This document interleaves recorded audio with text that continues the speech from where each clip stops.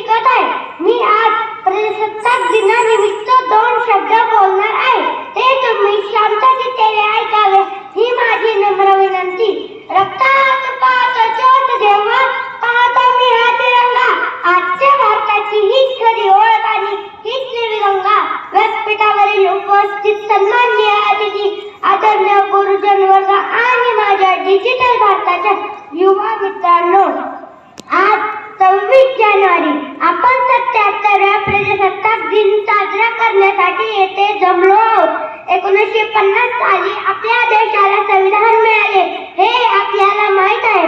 पण मित्रांनो, आजचा भारत काय आहे यावर थोडा प्रकाश टाकूया. आज आपण 2026 मध्ये उभे आहोत. आजचा भारत भूतकाळातील कथांवर जगत नाही तर भविष्यकाळातील स्वप्ने सत्यात उतरत आहे. आज भारताकडे बघण्याचा जगाचा दृष्टिकोन बदलला आहे. एकेकाळी आपण धान्यासाठी दुसऱ्यावर अवलंबून होतो.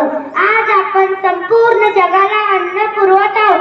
जेथे जगातील देशांना मंगळ आणि चंद्र गाठायला दशके लागली, तेथेच भारताने कमी खर्चात आणि पहिल्याच प्रयत्नात यश मिळवले आहे. आज स्टार्टअप्स, युनिकॉर्न्स आणि आर्टिफिशियल इंटेलिजन्स म्हणजेच एआयच्या युगात भारत जगाचे नेतृत्व करत आहे. पण मित्रांनो, नाण्याला दुसरीही बाजू आहे. आजची परिस्थिती पाहता आपण खरोखर प्रजासत्ताक झालो आहोत का असा प्रश्न निर्माण होतो. आज आपल्या हातात 5G चे मोबाईल आले आहे, पण आपण पुस्तकांपासून दूर चाललो आहोत. आपल्या सोशल मीडियावर हजारो फ्रेंड्स बनले आहेत, पण त्याच्या माणसाशी बोलायला ही वेळ नाही. ही आजची गंभीर परिस्थिती आहे. त्यामुळे माणसामध्ये स्वार्थी भावना वाढत आहे.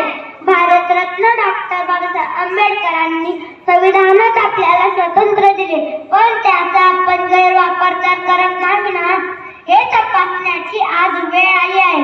देशासमोर सायबर क्राईम, प्रदूषण आणि द्वेष पसरवणाऱ्या फेक न्यूज ही नवी आव्हाने उभी आहेत. म्हणूनच या प्रजासत्ताक दिनी एक वेगळी शपथ घेऊ. केवळ व्हॉट्सअपवर हॅपी रिपब्लिक डेचे स्टेटस ठेवणे म्हणजे ही देशभक्ती नव्हे, तर प्लास्टिकचा वापर थांबवणे ही देशभक्ती आहे. ट्रॅफिकचे नियम पाळणे ही देशभक्ती आहे. आणि सोशल मीडियावर अफवा न पसरवणे ही सुद्धा आजच्या काळातील एक सर्वात मोठी देशभक्ती आहे.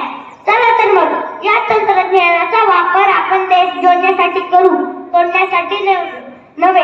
शेवटी जाता जाता मी भारताच्या उज्ज्वल भविष्यासाठी मी एवढेच